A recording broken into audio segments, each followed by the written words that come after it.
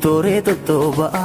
auso nasiro dole faka hawasilalenji sodika arkalachu dinan harmamuran arkaknu dinan harkamuran sanyi balle suda isagara bintuda nadamsin gochi afanama hindubanes edukan hapan jiran irraa nu kana oli rakkoof dararaa isaan argaa jirani namni kamiyyuu Oromoon irra guddaan isaa hidhamee argeera mana hidhaa biyya keenya keessatti jechaadha manni hidhaa biyya keenya keessatti salphaadha jechuu ni dandeenya maaliif biyya qabbanaaftuudha biyya ho'aa hin qabdu ta'us garuu mana hidhaa biyya keenya keessa iyyuu jechaadha warri hidhamtanii beektan guyyaatti akka buluun hagam akka ulfaatu ni beektu garuu biyya sanatti immoo biyya ho'ii jiruudha biyya akka malee ho'isaa akka gammoojjiidha Saudi Arabiyaa jechuun namni asitti hidhamee arge rakkoo biyya sanaadha hagam akka ulfaatu tilmaamuun nama rakkisu jechaadha kan nuyi guyyaa takka biyya keessatti hidhamnee akkasittiin dararamnee rakkannu kana mitiiti mee yaadaa jarammoo gaafa isaan waggaa aga kana hidhamanii ta'an waggaa tokko ol waggaa lama waggaa sadii warra hidhamee achi keessatti rakkachaa jiru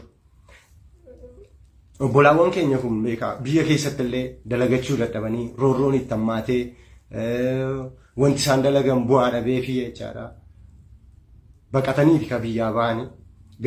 irra guddaan isaanii hambaa qurxummii fi hambaa allaattiiwwan gammoojjiiti irra guddaan isaanii miillaan kan isaan deemanii obbolaawwan meeqa of biraa dhabanii achi ga'anii kana biraan nama meeqatu eeggata biyya keessaa jara kana nama meeqa namoota ilmoo qabantu jira namoota haadhaaf abbaa isaanii gargaarantu jira namoota harka jaraa eeggatan meeqatu biyya keessa jira har'a garuu sun hundi hin jiru jechaadha maaliif jarriyyuu gargaarsa barbaadaa jiru warri har'a mana hidhaa sana keessa jiranii babbareedoo turan dakka ijoollee babbareedduudha ka deemte har'a garuu yoo ilaaltan qaamni isaanii hundi badee jira ijoollee isin kaleessa fuula isaanii bareedaa fuula isaanii nama gammachiisu kan isin beektan sana miti jechaadha amma gaafa biyyatti galan daa'imman osoo ta'eeti yaa gogaan qaama isaanii deebi'ee fi nama noormaalii akka keenyaa kana ni ta'u jennee henna jarri kun namoota gurguddaadha already qaamni isaanii illee bade buraaburree bakka qaamni isaanii buraaburree ta'eera jechaadha amma kana biraan yaada namni tokko gaafa wal bira taa'uyyuu ho'i qaama isaatii gaafa ho'i akka malee jechaadha manuma hidhaa xixiqqoo biyya keessaa nu itti hidhamne iyyuu jechaadha yoo hin dhiqanne yoo huccuun jijjiirranne fooliin hagam akka nama rakkisu ni beektu kana biraan garuu ijoolleen keenya jechaadha hidhamuun isaanii iyyuu bareedaadha haa hidhaman haa jennume hidhamuu sana biratti nama du'ee wajjin namni guyyaa 3-4 buluummee yaadame hagam akka nama cinqu hagam akka nama dhiphisu reeffa namaati wajjin gaafa bara mootummaan amma an Oromoodha jedhu kana dhiisaati jechaadha bara wayyaanee sana iyyuu jechaadha bara Haayila Maariyaam faayyuu yeroo namni Saudi Arabiyaa biyyoota Arabaa keessatti hidhamu jechaadha hidhameen mana hidhaa keessatti dararabaa jedhanii miti kan yaadan dippoort biyyatti nu deebisuu jedhu guyyaa sadii caalaan eemaan warras jala jirtan ijoolleen Saudi Arabiyaa turtanii fi warra mallee Saudi Arabiyaa jiraachaa turtan waan kana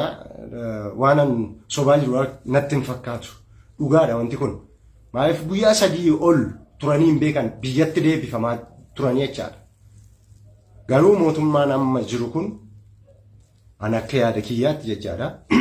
yaa eeyyeen maakalaawii biyya keessaa bakka itti toorchi nama godhu cufee jira haa jennu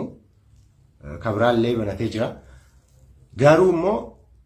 biyya Arabaatti akka waan maakalaawii banatee jiruutti an akka yaada kiyyaatti kan hin fudhadhu achitti ijoollee keenya toorchi gochuutti jira osoo baasuu barbaadaniiti otoo biyyatti galchuu barbaadaniiti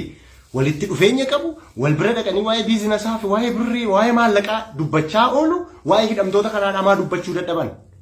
osoo galchuu barbaadaniiti garuu yeroo hedduu jechaadha ijoolleen biyya Arabaa jirtu kun nama kamiifiyyuu nama kamiin cinayyuu namni dafee dhaabbachaa ture yoo namni rakkate namni Oromoon biyya keessaa rakkatu bakka fedhe haa rakkatu namni dursee Oromoo bira qaqqabaa ture namni miidiyaallee OMN isa ta'u ONN isa ta'u hunda birallee qabsoo Oromoo ka ABO isa ta'u ka KFO isa ta'u ka barbaade iyyuu ta'u namni akka ijoollee biyya Arabaatti dursee qaqqabu hin jiru. Sababii kanaatiif jechaadha waan achitti toorchi gochuutti jiran na fakkaata biyya sanatti akka isaan hin galle dhorkanii jechaadha malee mootummaan Saawudii sun iyyuu wajjin wanti wajjin isa rakkise hin jiru waan mootummaa kanatu mootummaa zaalima biyya jiru kanatu achitti naa qabaa bakka achi naa ka'aa waan jedhe wayii fakkaata isin bira naafa ta'anii jedhee waan achi kaa'ee toorchi gochuutti jiru wayii na fakkaachuutti jira amma malee osoo galchuu barbaadanii mootummaan umti sun maaltu wajjin isa rakkise mootummaan Saawudii iyyuu sila ofirraa gashaa dura ofirraa gashaa ture inni gaafa ijoollee keenya qabu beekaa ofirraa dafee gashaa ofirraa dipoorti godhee fidee bar eerpoortii boolee eerpoortiitti gatee deema beekaa har'a maaltu ijoollee keenya haga kanaa wajjin daa'ima xixiqqoo haadholii namoota gurguddaa jaarsa dargaggoota babbareedduu kana gaafa isaanirra akkasitti darramanii qaamni isaanii ciccite uish wallahi akka malee ulfaata akka malee ni qaamuma keessan bakka takka gaafa isinii mallattoo wayii isinitti bahu akkam isin dhukkubame gaafa xiqqoo tokko madaa wayii isin irratti bahee mallattoo isin irratti bahu hagam isin dhukkubsa jara kana immoo laagaa qaamni fuulli isaanii hin jiru qaamni isaanii guutuutti bakki takka bakki fayyaa hafaafii jiru hin jiru already wanti sun waan daddarbu wayiiti nama takka nama fuula nagaadha hin argitu osoo arguu osoo ilaaluu tidhagaamuu dhiisee yoo bira kan darbu ta'e jarrillee dhiifama isiniin godhan rabbillee wallahi waan isinii godhu natti hin fakkaatu dubbadhaa ofirraa maal sodaattu maal waggaa kuma meeqa lafarra jiran an irra guddaa namni tuffachuutti jiru beektota keenyallee artistoota keenyallee maal yoo dubbattan lafaaf mana dhabnennee iyyuu dubbachaa turreeti maal rakkoo uummata kanaadhaa yoo dubbanne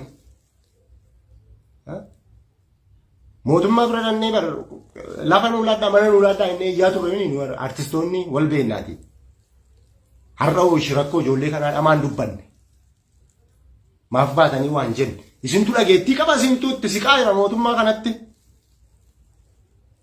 wal beekna artistoota hedduudha kan mootummaa kana achitti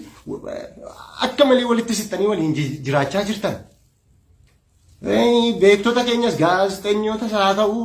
doktoroota keenyas haa ta'u profeesoroota keenyas haa ta'u hedduu keenya wal beekna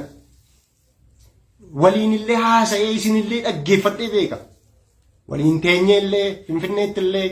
waliin haasa'u wal ilaalaa ture walitti dhufeenya isin mootummaa kana waliin qabdan illee isin argee isin quufe dubbattanii waa gochuu osoo dandeessaniiti ka callisuutti jirtan lama baati moo kan keessan wallahi guyyaa rabbi jedhe hinaftan abadan inuma duutu dubbachuufis dubbachuu dhiifteefis mootummaa kana dura dhaabbattes dhaabbachuu baatteef illee du'i keessirraa gafu guyyaa rabbiin jedhe hinaftu immoo ka kana fide immoo ka sadarkaa kanaan nu ga'e gaafa kumaandi poostiin wallaggaaf gujiirra kaane caal jennee teenya nuyi callisnaan walloo fixuu eegalan ka walloo illee callisne artistii keenya nu jaallannu Riyolaa ajjeesan osoo nuyi sanaaf illee cal jennee teenyu Amaanu'eeliin osoo namni ilaalu daa'imni xixiqqaan ilaaltu addabaabayii gubbaatti rasaasaan rukutanii ajjeesan hin callisne kanaas nu callisnaan viidiyoo nu waraabaa gujii dhufanii mana namaa guban mana hiyyeessaa hayyee jennee usne haga nuyi callisaa deemnu kana nuttuma dabalaa deeme jechaadha roorroon osoo kanaan teenyu kumaandi poostii iyyootuu jennu drooniidhaan dhufanii uummata walloo fixuu eegalan dubbachuu dhiisne ammas silaa wallaggaatti sagaleen rasaasaa sagaleen biikemmii taankii fi kilaashiidha jechaadha akka muuziqaatti dhaggeeffatamuu eegaleera. Muuziqaadha jechaadha akka Wallaggaatti muuziqaa dhaggeeffachuun hin danda'amu achitti sagalee dhuftu badii nutti dhuftu usneedhuma bakka si'a tokko anumarraayyuu ka'e nama yeroo hedduu walaloo barreessee poosti godha waan gaafa aaruu gaafa waan natti dhaga'amu jechaadha. Of keessaa baafadha calleessa si'a tokko feesbuukiin kun iyyuu waan qabsoo keenya nu miidhuutti rullee na fakkaata si'a tokko. Maaliif namumti hundumtiyyuu akkuma kiyya kana ol ba'ee masirraa iyyaa bakka of keessaa aarii isaa baafatee galee rafa. Kana qabsoo keenya akkasitti miti. Qaamaan itti argamnee bakka waan gochuu dandeenyu gochuudha. Malee akkasittiin asirratti baanee barreessinee iyyinee kana qofaan furmaanni nu argachuutti jirru hin jiru. Beelaaf dheebuun har'a Gujiitti eegalee Booranatti eegalee har'allee Baaleetti darbe fakkeenyaaf. Maal roobsirree bokkaan roobsina jechaa turaniiti. Kumaandi poostii jala jira moo roobni? Maa nuun roobsinarra maa beelaa uummanni keenya? Moo shalee darga keessaa qaba? Warri waan barbaadan jechuutti jirtanis hangama kiyyaan shaneedha bakka. Akka kiyyatti shanee. Abbaa fi kiyya qawwee boraafatanii na dhalchan. Fincaan shaneetiin hin dhaladhe. Har'allee borullee dhibbatti shanee qulqulluu bakka. Akkasitti naa beekaa. Manaaf lafaa fi birrii fi maaloo miti. Otuu warqeen lafa kana hafanii jechaan na keessaa bahuu hin danda'an. Waan uummata koo fayyadu immoo kamirraa iyyuu dudduubatti hin deebi'u. Nin dubbadhallee. Lubbuu kiyyaaf illee sodaadha.